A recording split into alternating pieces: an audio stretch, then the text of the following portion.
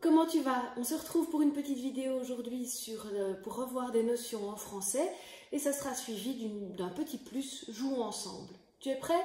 Allez!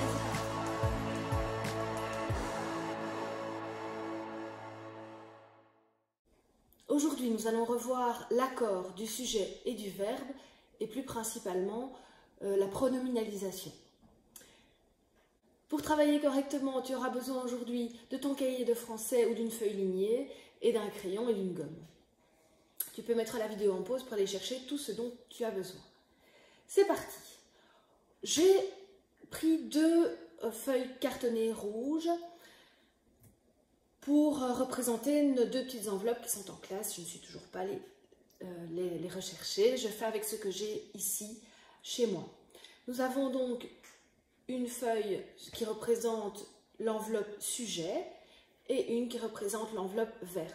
Rappelle-toi qu'entre les deux, on met toujours des petites mains qui se tiennent la main, ce qui signifie que le sujet donne la main au verbe, car le verbe, il va se conjuguer d'une certaine façon, il va se conjuguer en fonction du sujet auquel il donne la main, avec lequel il est conjugué.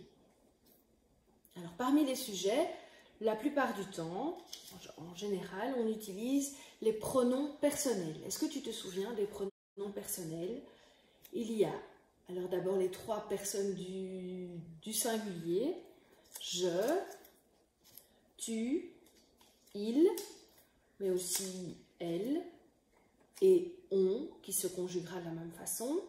Et nous avons aussi les 3 personnes du pluriel, nous, vous, il avec S, donc il au pluriel, et elle avec S, donc elle au pluriel.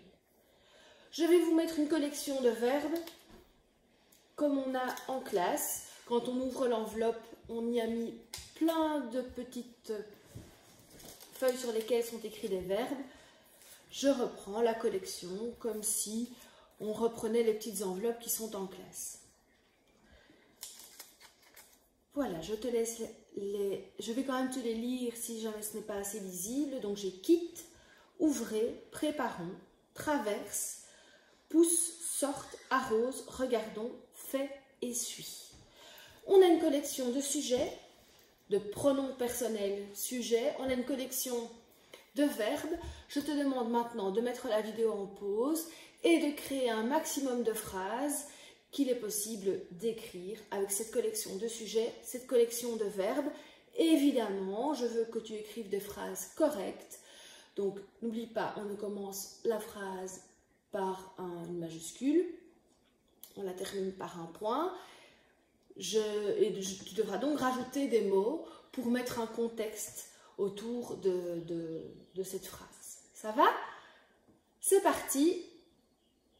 On se retrouve, tu as remis la vidéo en play. Allons-y, on va commencer par je. Et je regarde. Ce qui peut fonctionner avec je, c'est le verbe suis. Je regarde, il y en a un autre. Je pouvais aussi mettre pousse. Voilà les 2 possibilités d'association de sujet avec le verbe. Ici, tous les verbes sont au présent. J'aurais pu mettre des verbes conjugués à l'imparfait ou au futur. Le but aujourd'hui n'est pas de revoir l'imparfait ou l'indicatif imparfait ou l'indicatif futur simple. Ici, le but est vraiment de se rappeler que le sujet donne la main au verbe et que le verbe va se conjuguer en fonction du sujet avec lequel il est employé. Ça va? Je vais maintenant prendre le sujet, le pronom personnel sujet tu. Et là, qu'est-ce que je peux prendre? Eh bien, je n'ai qu'une possibilité, car je me souviens qu'avec tu, les verbes se terminent toujours, et à tous les temps en plus, par un S ou un X, si le verbe se termine par E ou par O. Tu te souviens? Tu traverses la rue, par exemple. Tu traverses... Qu'est-ce que tu avais trouvé, toi? Alors, on, il et elle, je vais les prendre ensemble.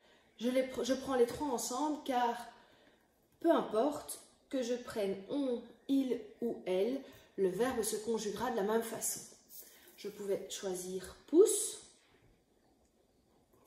je pouvais choisir arrose, je pouvais choisir aussi fait.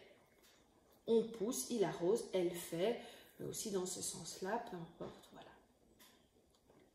Évidemment, toi, tu as écrit quelque chose après le verbe pour que ta phrase soit complète. Je vais prendre maintenant le pronom personnel nous. Et avec nous, je pouvais prendre préparons et regardons.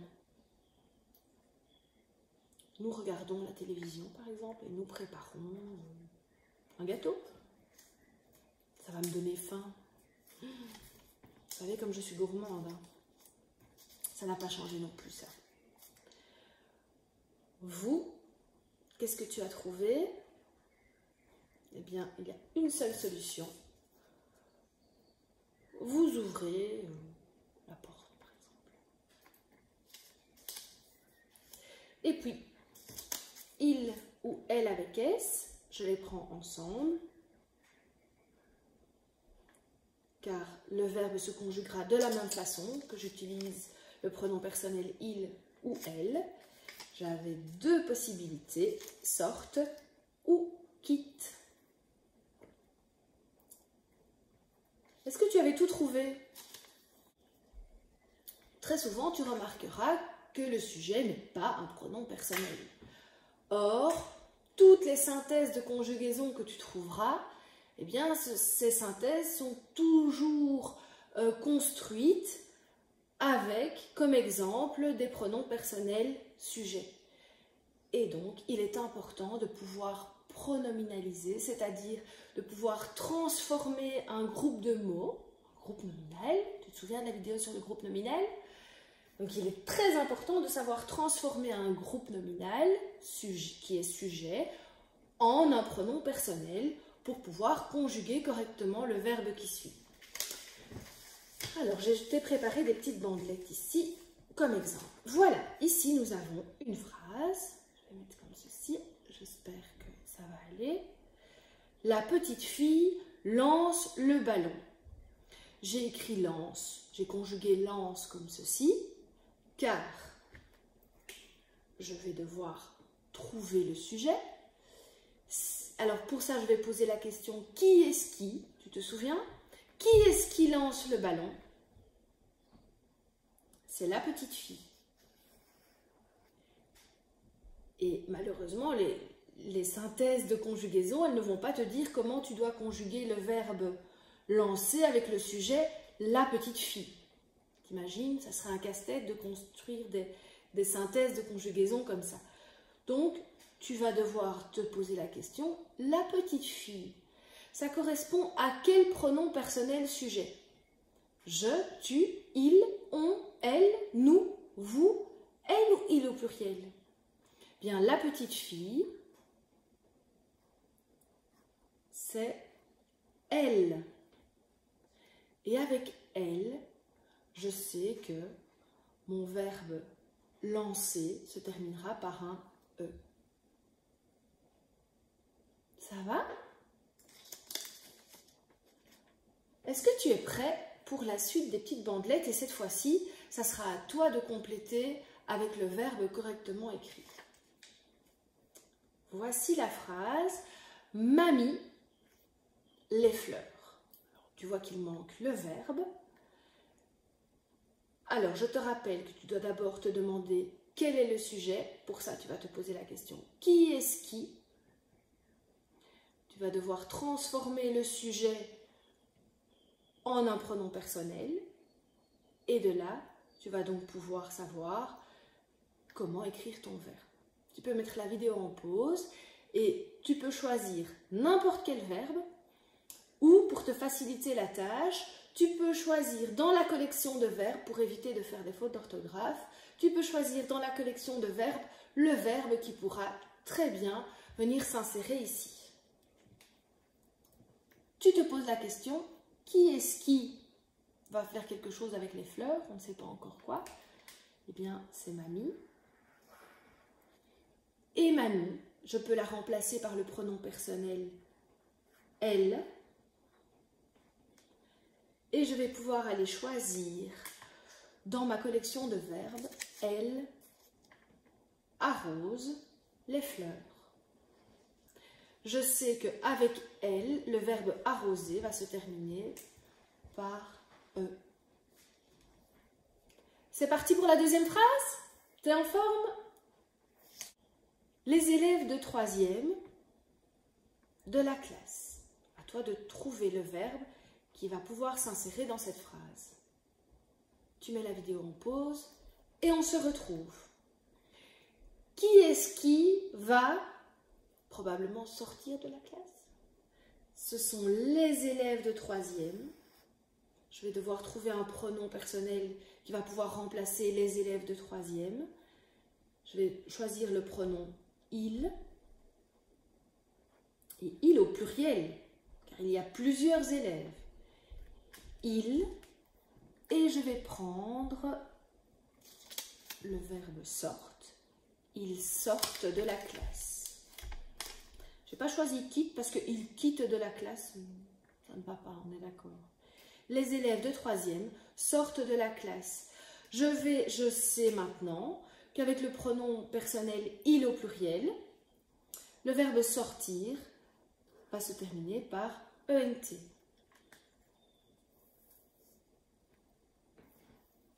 On va compliquer un petit peu? Non, pas tout de suite. Encore un simple. Le muguet dans le fond du jardin. Tu mets la vidéo en pause et on se retrouve pour la correction. Qui est-ce qui va sans doute pousser dans le fond du jardin?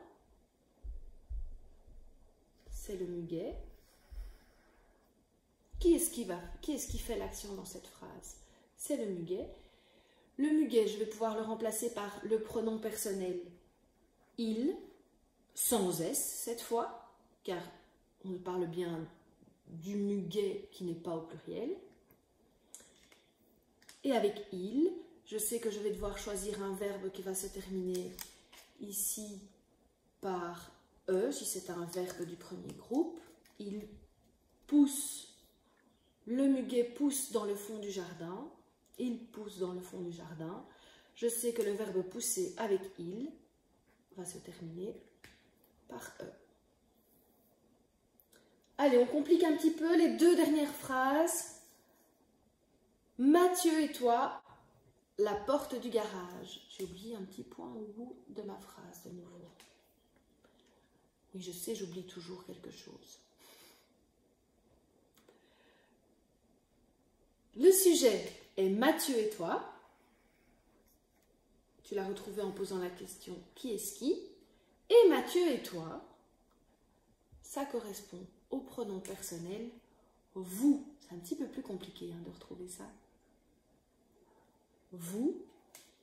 Et je sais qu'avec vous, les verbes vont se terminer par EZ. Vous ouvrez, la petite étiquette est trop longue, hop. Vous ouvrez la porte du garage. Mathieu et toi, ouvrez la porte du garage. Grâce au fait d'avoir transformé Mathieu et toi en vous, tu sais maintenant qu'avec vous, les verbes se terminent en EZ. Donc, tu sais bien conjuguer cette phrase. La dernière, toi et moi, le repas. Tu mets la vidéo en pause. Tu as trouvé le sujet. Toi et moi, c'est nous. Je le remplace par le pronom personnel nous.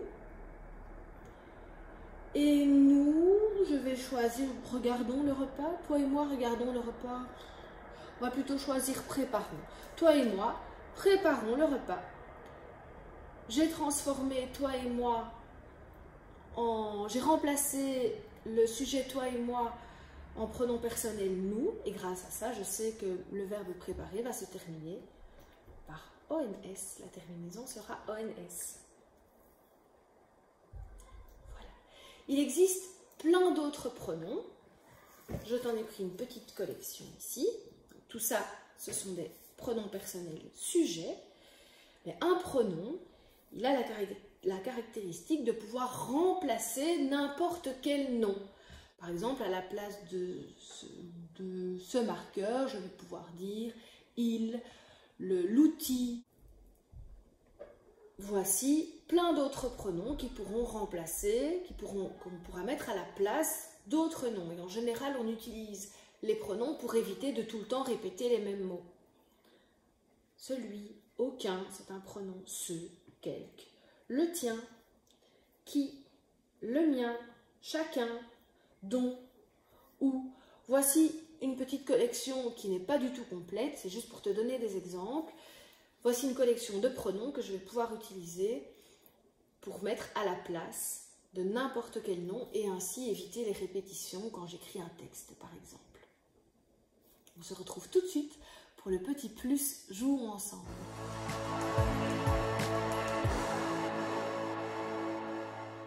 On se retrouve avec mon assistant Hugo pour le petit plus jouons ensemble. Est-ce que tu as le jeu Time's Up chez toi? Si tu ne l'as pas, c'est pas grave, tu prends des petites feuilles de brouillon sur lesquelles tu écris des noms d'objets, d'animaux, de tout ce que tu veux, et tu vas les faire deviner à un copain, ton papa, ta maman, ta petite soeur, ton petit frère. Tu peux même jouer, ça c'est très chouette, via visioconférence avec une copine, et tu peux jouer à ce jeu via visioconférence, ça fonctionne très bien. Pourquoi je te propose ce jeu alors qu'on vient de parler des pronoms? Souvent, quand on joue à ce jeu, tu vas utiliser plein de pronoms sans t'en rendre compte. Je vais te montrer, on va jouer à deux avec Hugo. Moi, je vais lui faire deviner ce qu'il y a sur mes cartes. Et tu vas entendre que je vais utiliser plein de pronoms. On utilise aussi beaucoup de synonymes quand on joue à ce genre de jeu. Un synonyme, c'est un mot qui veut dire la même chose. Tu es prêt? Alors... Est-ce que je peux faire... on veut deviner avec des gestes tout de suite? En mimant. Alors, le vrai jeu Time's Up... Les vraies règles, c'est en premier, on fait deviner avec des mots. Et le deuxième, c'est on mime. Est-ce qu'on peut faire mimer? Ici, on va faire deviner avec des mots parce que je veux utiliser des pronoms. Ça se passe en 3 manches habituellement, mais tu peux faire que la première manche. La manche où je peux dire autant de mots que je veux pour faire deviner. La deuxième, je ne peux dire qu'un seul mot avec les mêmes cartes. Et la troisième manche où je ne peux rien dire, je dois mimer. Ici, pour la vidéo, on ne va faire que la première manche. Tu es prêt? On les enfile pour ne pas avoir froid aux mains. Des gants. Bravo. On les enfile, c'est le pronom que j'ai utilisé pour ne pas dire le mot gant. On le place, on l'ouvre au-dessus de sa tête pour être protégé de la pluie. Un parapluie. Bravo. Est-ce que je peux en faire? On l'ouvre au-dessus. Oui, tu pourras le faire. Attends, je termine ma liste de cartes. Elle est très appréciée des singes. Et toi, tu adores en manger aussi. Les bananes. Les bananes, bravo.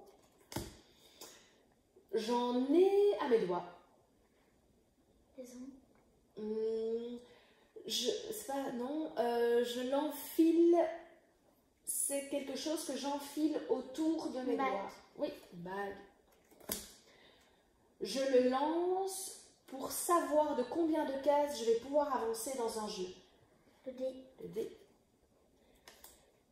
Il se trouve dans le ciel et il est responsable de la pluie. Le nuage. Le nuage. Tu adores en manger, on en a mangé hier soir et avant-hier soir. Des pâtes avec du poisson. Du poisson.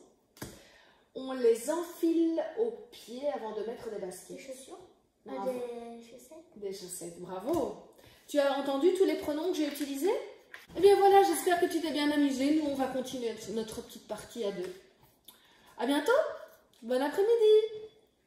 Ils aiment bien les bananes. Les singes. Ils aiment bien les bananes. T'as vu, t'as utilisé un pronom. On utilise pour laver la table. Une lavette. Non. Une éponge. Oui.